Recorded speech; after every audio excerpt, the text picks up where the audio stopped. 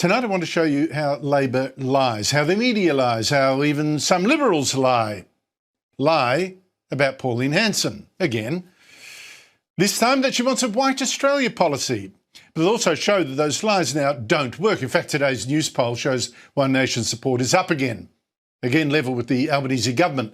Now, this latest lie, I've heard it all weekend, heard it again today, including, sad to say, even here on Sky, how Pauline Hanson laments the end. Laments is the word they kept using of the White Australia policy. The Guardian said it, the ABC said it, SBS said it, Sydney Morning Herald, and Labor jumped all over it. I never thought when I entered Parliament that in my political lifetime anyone who'd been elected to Parliament would be calling for White Australia. And then she's saying she's all for White Australia. Pauline Hanson made comments in the last 72 hours indicating that the problem with Australia was the removal of the White Australia policy. Even the Deputy Federal Leader of the Liberals piled on that Hanson had, as a matter of fact, lamented the end of the White Australia policy to stop or restrict people of colour emigrating here. That's not the way we operate in Australia. We have had a proud history of multiculturalism. We're a great migrant nation. We need to make sure that we have a migration program that's delivering for our country, that's driving productivity, not taking away from it. But restoring a White Australia policy is not part of that. Now, if Hanson really did say such a thing, I would criticise her. Of course I would. Criticise her like I did, for instance, for meeting in London the far-right thug and convicted criminal Tommy Robinson, to whom we're told she made those comments, supposedly lamenting the end of White Australia. But I checked what Hanson actually said. And this was it. This is the whole thing. How have you ended up with Pakistanis, Somalis, all of these African problems? How has that happened when you have such a strong immigration policy? Well, it started in 1973 with Gough Whitlam. So they opened it up and got rid of the White Australia policy. Then they started bringing in the different migrants. These people that came in really assimilated. And you speak to them now, they're Aussies. But over the decades, as the governments have changed and different people they've brought in, and a lot of people come into Australia purely for the welfare system. Actually, the Liberals actually started the dismantling the White Australian policy, but you heard it. Did Hanson in that clip say, I lament the end of White Australia, I regret it? Clearly no. Did she say, I want to return to White Australia? Again, no. No way did she make a case for White Australia, as did, say, the founder of the Liberal Party, Sir Robert Menzies, our longest-serving Prime Minister, defending a policy that Labor back then also backed. G'day Australia. Picture this. A politician says one thing, the media hears something completely different, and suddenly you're being told a woman wants to bring back a policy from 1901. Sounds mad?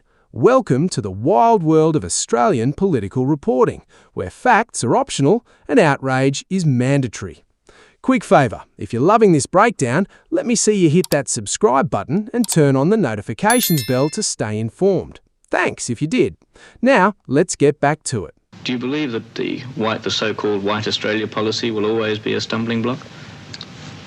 I don't think it's such a stumbling block as people pretend, but that it's important for us, I haven't the slightest doubt.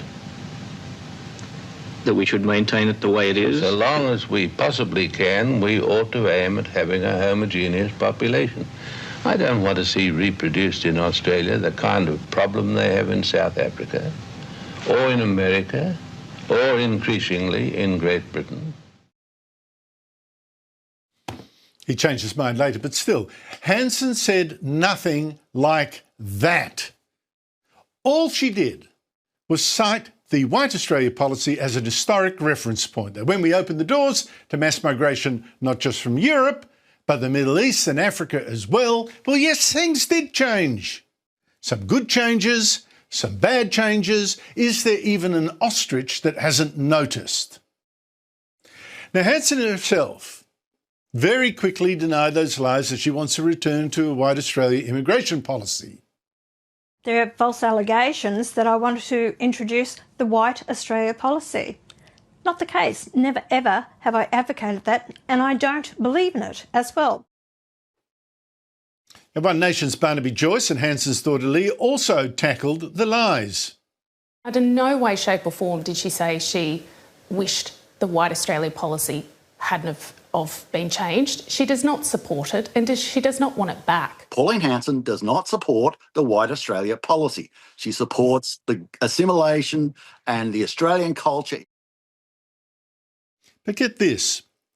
Labor then made out that denying this Labor lie proved One Nation really was racist. Here, this was the Albanese government's Assistant Minister for Multiculturalism, Julian Hill, today. When a politician in 2026, a member of the Australian Parliament, the world's most successful, diverse democracy, has to get up and say, oh no, actually we don't believe in the White Australia policy. I mean, what has got you to that place where you need to utter those words? What has got them to that place, Julian? That One Nation has to say these things? It says that you, Labor, are liars, making the innocent speak to defend themselves.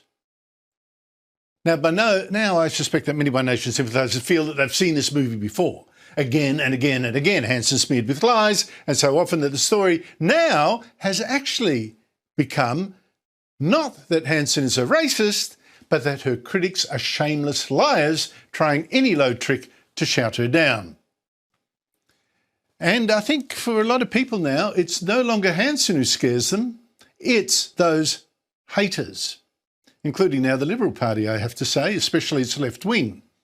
Of course, there is plenty to criticise Hanson for, and you've heard me criticise a fair bit lately. I mean, for instance, for meeting Tommy Robinson, for not doing her homework about him, so that she could sit down with that creep and then not realise that he was lying to her too, telling her, oh no, I've never tried to go to Australia, when in fact he's been banned twice when he tried to, not least for bashing a policeman. Liam Bartlett of Channel 7 picked her up on that on last night's Spotlight. So how do you feel about him lying to you? Well, I didn't know about that. If that's the case, I'm not impressed with that. I don't think you've done your research. Anyway, that's my decision. Honestly, Pauline, you're in a position now. Do your research. Here's what actually happened. Pauline Hanson, in a London interview, mentioned the 1973 abolition of the White Australia policy under Whitlam. She was talking history, mate, not wish lists. She raised concerns about welfare-driven migration and assimilation. That's it. No regret, no revival plan, nothing. But somehow, by the time it reached The Guardian, the ABC, and a few very excitable Labor frontbenchers, she had apparently morphed into someone lamenting the end of racial exclusion. Funny how a simple historical reference gets translated into a headline that writes itself. Now here's the bit that should really get your eyebrows up. When Hanson denied it, flat out on the record, some commentators actually used her denial as proof of guilt. Think about that logic for a second. It's like accusing someone of stealing your lunch, and when they say, I didn't, you go, aha, that's exactly what a lunch thief would say. That's not journalism, that's a magic trick.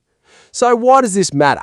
Because while everyone's busy manufacturing outrage over a policy nobody's proposing, the actual questions about immigration numbers, vetting standards, and whether multiculturalism is being managed well or just hoped for never get a proper airing. It's easier to slap a label on someone than debate the substance. And to be fair, Hanson isn't spotless here either. Her meeting with Tommy Robinson was a genuine misstep, poorly researched and rightly criticised. Fair scrutiny is fair game. Inventing scrutiny is not. But like I said, today's news poll shows Hanson's support is actually back up again, way ahead of the coalition. Of course, while Labor is falling to be level with One Nation. And to me, that's not a surprise. Not a surprise. And these lies are actually the key. The other parties and much of the media, they're lying about Hanson because of one issue in particular that they do not want to discuss themselves and do not want anyone else to discuss. National identity and national unity, now rotting away because of mass immigration and multiculturalism. That policy to keep us in cultural ghettos. A policy that led just last Saturday to madness like this. At a press conference, the Prime Minister called to talk about his next moves to tackle supposed Islamophobia, which, to be blunt, is mostly caused not by an irrational hatred of Islam, but a well-founded fear of Islamist extremists that we've often let in. Islamophobia has no place in Australia. Our diversity is one of Australia's great strengths. I welcome these measures that include addressing Islamophobia in schools and universities. I also acknowledge the critical support for Muslim women, especially in mental health, the establishment of an Australian Muslim Affairs Institute, and grants to improve understanding of Muslim history. Institute, grants, teaching in schools and unis. Yes, this is another multicultural project to teach us everything about Islam is terrific. Muslim history is great. Just don't mention the slavery or how Islam was spread with a sword. In fact, they won't be mentioned. And if we have a problem with Islam, the problem is obviously us. It's our Islamophobia. Now, this kind of nonsense is exactly what Hanson is fighting. And I know I'm probably with a lot of you that I also wish that Hanson fought with more sensitivity, less anger, more intelligence, a lot more research. And I wish he didn't embrace ugly people like Tommy Robinson. But while she is the only political leader game to even have a go, these lies about her, they're not going to work. In fact, the opposite. The more that Hanson haters lie like they're doing in the last few days, the more that they advertise that they are liars and that they are lying to hide their trashing of our country. Here's the twist nobody in the press gallery saw coming. The pile-on backfired. One Nation's support has been climbing, not because Australians suddenly love controversy, but because people are sick of watching legitimate questions get treated like thought crimes. When your response to disagreement is a moral panic instead of a rebuttal, voters notice. They always do.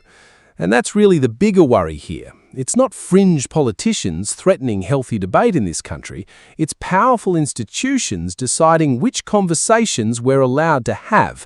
Democracy runs on disagreement, not on approved talking points. The moment honesty gets rebranded as extremism, we've all got a problem, regardless of who you vote for. Thanks so much for watching. Let us know your thoughts in the comments below.